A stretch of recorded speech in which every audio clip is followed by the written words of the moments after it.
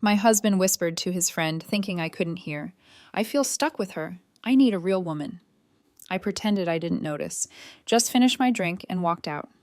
The next day, when he came home and discovered who had been waiting to talk to him, he nearly dropped his phone.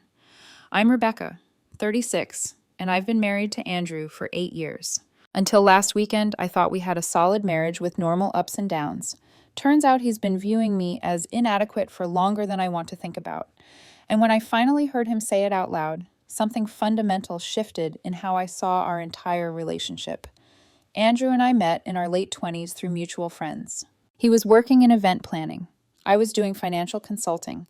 We got married after dating for 2 years. Bought a house in the suburbs 3 years ago. Talked about having kids eventually. From the outside, we probably looked like we had it all figured out. But over the past year, things had been feeling off. Nothing dramatic, just this slow erosion of warmth between us. Andrew would make little comments about my appearance, my hobbies, how I spent my weekends. He'd compare me to his friends' wives, how Marissa was so handy around the house, how Danielle had gotten this big promotion, how Claire was training for a marathon. Always just little digs, always delivered with a laugh like he was joking. I tried to brush it off as him being stressed. His event planning business had been struggling, and I figured he was taking out his frustration on easy targets. I'd try to be more helpful around the house, suggest date nights, ask about his day. He'd respond with one-word answers or change the subject. The breaking point came last Saturday. Andrew's friend group was having a get-together at our house. 5 of his closest friends. Wine, appetizers, the usual. I was playing host, making drinks, bringing out food, trying to be sociable. Around 8 p.m., I was in the kitchen refreshing my bourbon when I heard Andrew and his friend Nicole talking in the dining room. They didn't know I was nearby. Nicole's voice. So, how are things with you and Rebecca? You guys seem good. Andrew's voice, quieter but clear. Honestly, I feel stuck with her. She's just so comfortable, so predictable. I need a real woman, someone with ambition, someone who takes charge. Rebecca is just there. She exists. I stood in the kitchen, bourbon in hand, processing what I'd just heard. My husband had just told his friend he felt stuck with me, that I wasn't a real woman, that I just existed. I could have walked in there and confronted him, made a scene in front of his friends. Part of me wanted to, but instead I finished making my drink, walked back through the living room, grabbed my keys, and left without saying a word to anyone. I drove to my sister's house 20 minutes away. She wasn't home, but I had a key. I sat on her couch in the dark for about 2 hours, just thinking.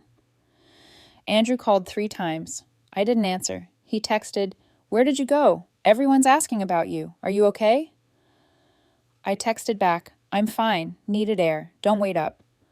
Around midnight, I went back home. The party had ended. Andrew was in bed scrolling through his phone. He looked up when I walked in. "Where did you go? That was so rude, just leaving like that." Had to clear my head. Clear your head from what? You were barely even socializing.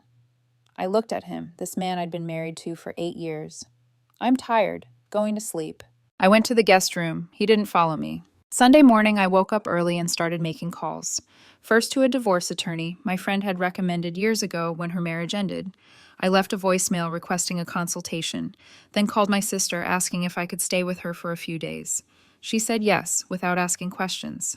I packed a bag while Andrew was still sleeping, left a note on the kitchen counter, staying at Tom's for a few days. Need some space to think. I was gone before he woke up. Update 1.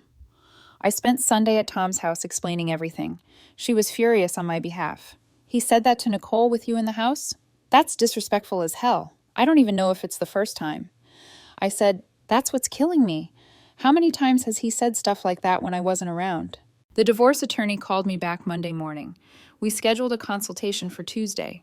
I started documenting everything. Our finances, the house details, any text messages that might be relevant. Andrew called me Monday afternoon. I answered. "Rebecca, what is going on? You leave a cryptic note and disappear. This is childish." I needed space. Space from what? What happened Saturday? Nothing happened Saturday? Then why are you acting like this? I'm not acting like anything. I just needed a few days away. Away from me. Away from everything. He was quiet for a moment. Is this about me asking where you went? I wasn't trying to. It's not about that. Then what is it about? I'll be home Wednesday. We can talk then. I hung up before he could respond. Tuesday, I met with the attorney. Explained the situation. No kids. House in both our names. Separate bank accounts, but shared expenses. She asked if I had any evidence of infidelity. I said no, just disrespect and emotional distance. She said we could pursue a no-fault divorce, split assets fairly, be done in a few months if Andrew cooperated. That night, I made another call to Nicole, Andrew's friend, who'd been at the party. I'd gotten her number from Andrew's phone contacts months ago when we were planning a surprise party. Nicole, it's Rebecca, Andrew's wife.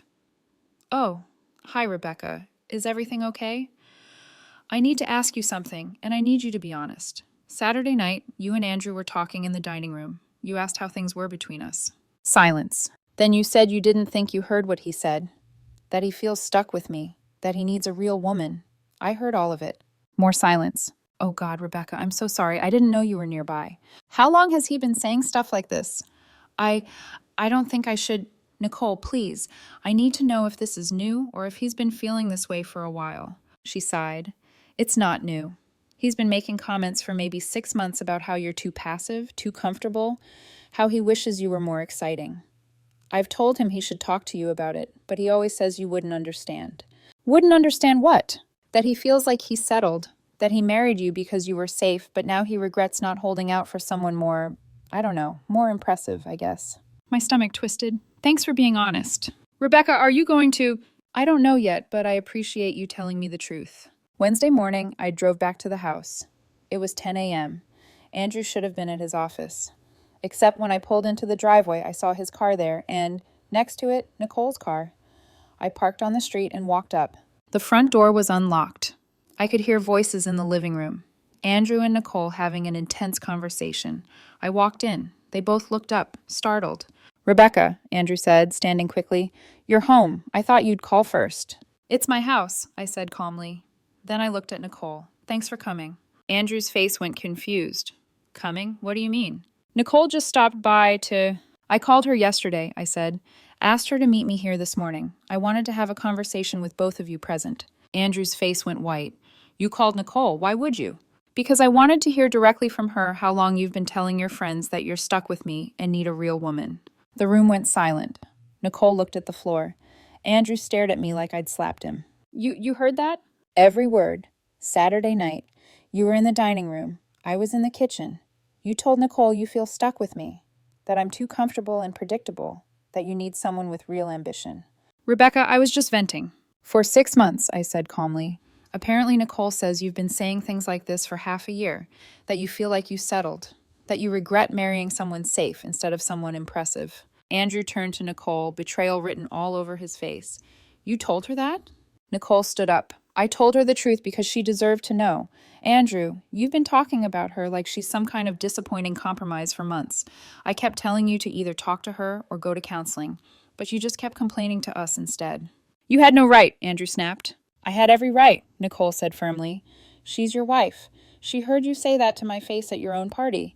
What was I supposed to do? Lie to her when she asked me directly? Andrew turned back to me, tears forming. Rebecca, please, I didn't mean those things. I was just frustrated and you told your friend instead of your wife, I said. You made me sound like dead weight to people we know. How am I supposed to come back from hearing that? We can go to counseling, he said quickly. We can work through this. Work through you thinking you settled for me. Work through you wanting a real woman instead of the one you married. Andrew, you don't respect me. You haven't for months, maybe longer. Why would I stay in a marriage where my husband thinks I'm inadequate? I don't think you're inadequate. You literally said I'm not a real woman, I said. What else could that possibly mean? He was crying now. Nicole quietly excused herself and left. It was just me and Andrew in our living room, 8 years of marriage crumbling between us. Update 2. Andrew begged me to reconsider, to give him a chance to prove he didn't mean what he'd said. He claimed it was just insecurity, that his business struggling made him lash out, that he'd been comparing our life to his friends' lives and felt inadequate himself. So you dealt with feeling inadequate by making me feel inadequate? I asked. That's not what I meant to do, but it's what you did for months, apparently. And you didn't think to talk to me about any of this. You just complained to your friends about how disappointing your wife is. I'm sorry, he said. I'll do anything to fix this. I already met with a divorce attorney, I said. I'm filing papers this week. His face crumpled. You've already decided without even trying to work on this. You already decided I wasn't good enough without even trying to talk to me about it, I said. Why should I fight for a marriage you've been mentally checking out of? He didn't have an answer. I stayed at Tom's for another week while Andrew processed what was happening. He tried everything. Apologetic texts, offers of counseling, promises to change. He even had his mother call me, which was awkward because his mom actually took my side. Rebecca, I don't know what my son was thinking, Mrs. Peters said. You've been nothing but good to him. If he can't see that, it's his loss. The divorce papers were filed 2 weeks after the party. Andrew was devastated, but didn't contest anything. We agreed to sell the house and split everything 50-50. No alimony, no drawn-out fights, just a clean break. The friend group imploded. Nicole told the others what had happened, and opinion was divided. 2 of them sided with Andrew, saying I was overreacting to a private conversation. 3 of them, including Nicole, said Andrew had been disrespectful and that they'd been uncomfortable with his constant complaints about me for months. Andrew's business partner actually reached out to me separately to apologize. She said he'd been difficult to work with lately, making everything about himself, and that she wasn't surprised the marriage had fallen apart. Update 3. The house sold within 6 weeks. We split the proceeds, divided our belongings, and went our separate ways. I moved into a downtown apartment, started focusing on work, reconnected with friends I'd neglected. The weirdest part was how many people told me they'd seen this coming. Coworkers said Andrew had always seemed dismissive when he'd visit the office. Friends said he'd make little comments about me that felt off. My sister admitted she'd never particularly liked him, but didn't want to say anything. Why didn't anyone tell me? I asked Tom over beers one night. What were we supposed to say? She said. Hey, Rebecca, your husband seems kind of mean to you. You would have defended him. You had to hear it yourself to believe it. She was right. Andrew tried to reach out a few times after the divorce was finalized. Once to apologize properly, once to ask if we could stay friends, once drunk at 2 a.m, saying he'd made a terrible mistake. I didn't respond to any of it. 3 months after the divorce, I ran into Nicole at a coffee shop. We talked briefly. She said Andrew had been struggling, that the business had folded, that he'd moved back in with his parents temporarily. He keeps saying he didn't mean it, she said, that he was just venting and never thought you'd hear it.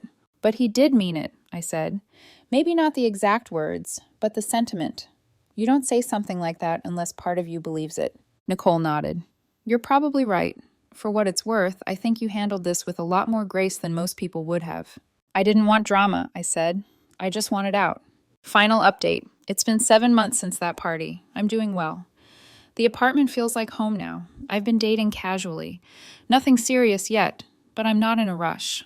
I'm learning what I actually want in a partner.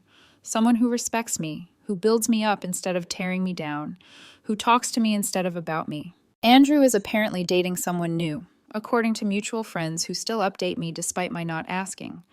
Some woman he met through a friend. I hope it works out for him, genuinely. Not because I care about his happiness specifically, but because I don't want to carry anger around. The thing that stays with me is how close I came to never knowing. If I hadn't been in that kitchen at that exact moment, if Nicole had been quieter, if I'd gone outside for air instead of staying near the dining room, I might have gone years not knowing my husband thought I was inadequate. We might have had kids while he secretly resented me. That's the scary part. Not the divorce, not the betrayal, but the idea that I could have built an entire life on a foundation of someone else's disappointment in me. I learned that when someone shows you who they are, believe them. When they tell their friend you're not enough, they're telling the truth, even if they apologize later. And sometimes the kindest thing you can do for yourself is walk away from someone who doesn't see your value. People ask if I regret how I handled it, if I wish I'd tried counseling or given him another chance. The answer is no. He had months to talk to me about his feelings. He chose to talk to his friends instead. That choice told me everything I needed to know. Edit 1. Some people have asked if I confronted Andrew at the party when I first heard it. I didn't, because I knew I'd lose control of the situation. Walking out gave me time to process and plan instead of reacting emotionally in front of his friends. Edit 2. Nicole and I are not dating for those asking. She's married.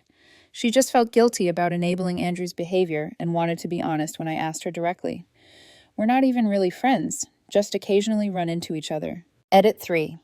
Yes, the divorce was finalized relatively quickly because we had no kids and didn't fight over assets. When both parties cooperate, the process moves fast. We were legally divorced within 4 months of filing.